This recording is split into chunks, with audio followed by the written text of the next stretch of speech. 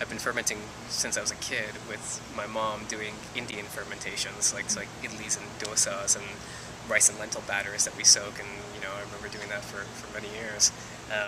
About 10 years ago I met Sandor Katz, who's the author of Wild Fermentation and The Art of Fermentation, and he introduced me to this world of fermentation that I had no idea existed. I mean, between kimchis and krauts and kombuchas and malbi and kefir and yogurts and all that good stuff, I never had really realized the full connection of our culture and fermentation until I had a chance to meet Sandor.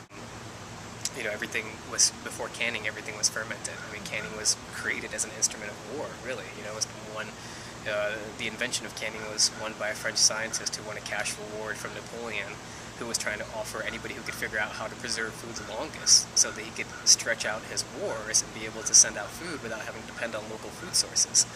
And that model expanded after World War I and World War II, and then eventually culminated in it being kind of the epicenter of our food system. But before that, everything was fermented, and that's how it's a very low energy, low cost way of preservation. There's no cooking required, there's no stove. So for indigenous cultures, the natural method of lacto-fermentation, which is salt in vegetables or salt in fruits or salt in meats, was really one of the most efficient ways to preserve their food. An incredible gift from God that we have with lactic acid, To ship in stuff and then ferment it and sell it to our community defeats the purpose of fermentation and preservation. So we only process in season.